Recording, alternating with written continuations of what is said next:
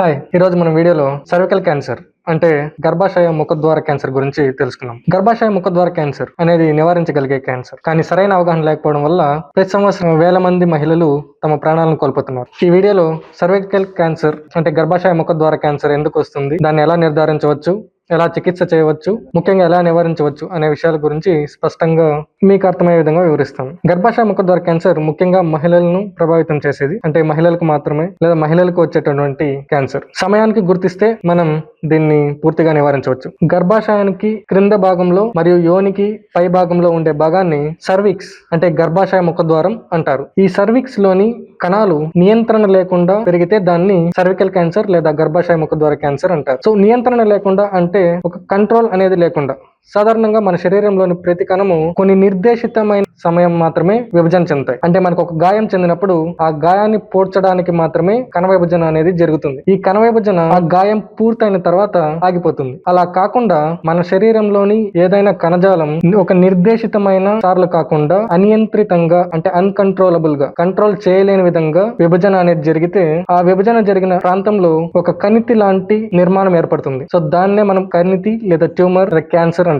So ప్రపంచవ్యాప్తంగా మహిళల్లో వచ్చే క్యాన్సర్లలో ఇది 4వ స్థానంలో ఉంది. ముఖ్యంగా అభివృద్ధి చెందిన దేశాల్లో ఎక్కువగా కనిపిస్తుంది. సో మనం గర్భాశయ ముఖద్వార క్యాన్సర్ కు ప్రధాన కారణం చూసుకున్నట్లయితే హెచ్పివి వైరస్ అంటే హ్యూమన్ పాపిలోమా వైరస్. ఇది లైంగిక సంబంధాల ద్వారా వ్యాపించే వైరస్. అంటే అసురక్షితమైన లైంగిక సంబంధాల ద్వారా ఈ వైరస్ అనేది వ్యాపించింది. అంటే మనకు హెచ్ఐవి లాగా. సో దాదాపుగా 120 కంటే ఎక్కువ హెచ్పివి వైరస్ రకాలు ఉన్నాయి. వాటిలో హెచ్పివి 16 మరియు హెచ్పివి 18 అనే రకాలు దాదాపుగా 70% కంటే ఎక్కువ సర్వికల్ క్యాన్సర్ కు కారణమవుతాయి. చాలా సందర్భాల్లో హెచ్పివి వైరస్ స్వయంగా నశిస్తుంది. అంటే మన శరీరంలో ఉన్నటువంటి ఇమ్యూనిటీ పవర్ మన శరీరంలోకి వచ్చే ఏ వైరస్ నన్నా లేదా బ్యాక్టీరియానైనా నశింపందరి మహిళల్లో అంటే ఇమ్యూనిటీ వీక్ గా ఉన్నటువంటి మహిళల్లో ఇది ఏళ్ల తరబడి ఉండిపోయినప్పుడు అది మెల్లగా అభివృద్ధి చెంది క్యాన్సర్ గా మారుతుంది. హెచ్పివి వైరస్ కణాలను ఎలా క్యాన్సర్ గా మారుతుంది అనే విషయం గురించి తెలుసుకున్నట్లయితే, హెచ్పివి వైరస్ శరీరంలోనికి వెళ్లిన తర్వాత E6 మరియు E7 అనే ప్రోటీన్లను ఉత్పత్తి చేస్తుంది. ఈ ప్రోటీన్లు క్యాన్సర్ ను అడ్డుకునే P53 RB వంటి ప్రోటీన్లను నాశనం చేస్తాయి. అంటే మన శరీరంలో ఏదైనా ఒక కణం కంట్రోల్ తప్పినప్పుడు, సరిగా పనిచేయనప్పుడు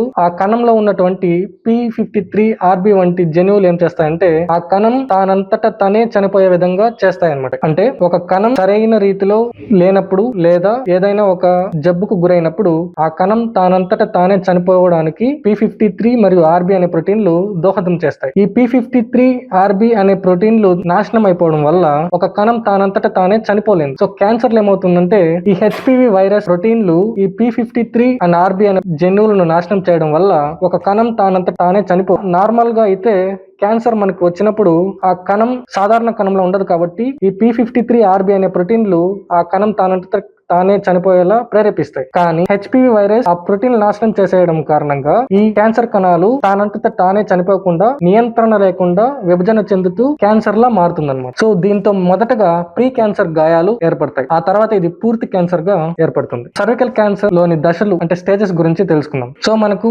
జనరల్ గా హాస్పిటల్ కి వెళ్ళినప్పుడు సో ఏ క్యాన్సర్ అయినా మీకు స్టేజ్ A1 లో ఉంది, స్టేజ్ 2 లో ఉంది లేదా స్టేజ్ 3 లో ఉంది అని చెప్పారు. మనకి పూర్తిగా డాక్టర్స్ కూడా ఎక్స్ప్లెయిన్ చేయరు అన్నమాట. సో మీరు అలాంటి సందర్భాలను ఎదుర్కొన్నట్లయితే ఇప్పుడు నేను వివరించే అంశాలను ద్వారా స్టేజ్ 1 అంటే అసలు క్యాన్సర్ ఎంతవరకు వ్యాపించింది, స్టేజ్ 2 అంటే ఎంతవరకు వ్యాపించి ఉంది అనే విషయాల గురించి మీరు పూర్తిగా అవగాహన చేసుకోవచ్చు. గర్భాశయ ముఖద్వార క్యాన్సర్ సాధారణంగా నెమ్మదిగా పెరుగుతుంది. సో క్యాన్సర్ ఏ దశలో ఉందో తెలుసుకోవడం వల్ల క్యాన్సర్ ఎంత పెద్దదిగా ఉందో మరియు ఎంతవరకు వ్యాపించిందో అనే విషయాలు మనకు తెలుస్తాయి. దీనివల్ల మనకు ఒక అవగాహన ఉంటుంది. అలానే డాక్టర్లు దానిని ఆధారంగా చేసుకుని చికిత్స అనేది నిర్ణయిస్తుంది. అసలు ఈ క్యాన్సర్ ఏ దశలో ఉంది అనే దానికి ఒక కొలమానంగా లేదా ప్రమాణంగా ఫీగో విధానాన్ని అనుసరిస్తారు. అంటే international federation of gynaecology and obstetric staging system ను ఉపయోగిస్తారు. సో సర్వికల్ క్యాన్సర్ మొత్తం 4 దశలుగా విభజించారు. స్టేజ్ 1 లో ఈ క్యాన్సర్ అనేది గర్భాశయ ముఖద్వారం అయిన సర్విక్స్ లో మాత్రమే ఉంటుంది. ఇది పక్కన ఉన్న కణజాలాలకు ఇంకా వ్యాపించి ఉంటుంది. దీన్ని స్టేజ్ 1A గాను స్టేజ్ 1B గాను విభజించారు. స్టేజ్ 1A అండ్ 1B చూసుకున్నట్లయితే స్టేజ్ 1A లో క్యాన్సర్ పరిమాణం అనేది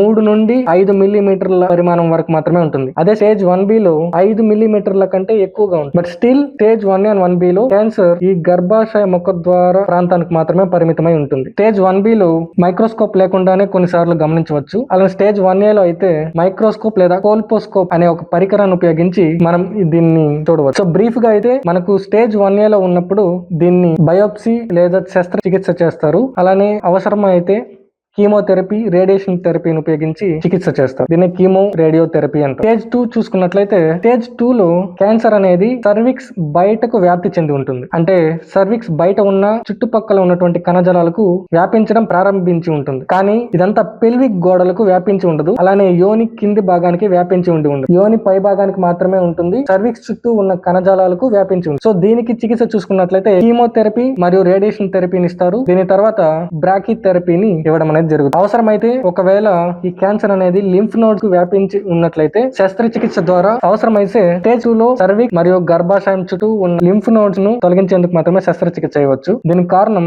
క్యాన్సర్ సర్విక్స్ నుండి దగ్గరలో ఉన్న లింఫ్ నోడ్స్ కు వ్యాపించే అవకాశం ఉండటం వల్ల. స్టేజ్ 3 చూసుకున్నట్లయితే ఇందులో క్యాన్సర్ అనేది పెల్విస్ తో ఉన్న నిర్మాణాలకు లేదా పెల్విస్ లేదా పొట్టలోని లింఫ్ నోడ్స్ కు వ్యాపించి ఉంటుంది.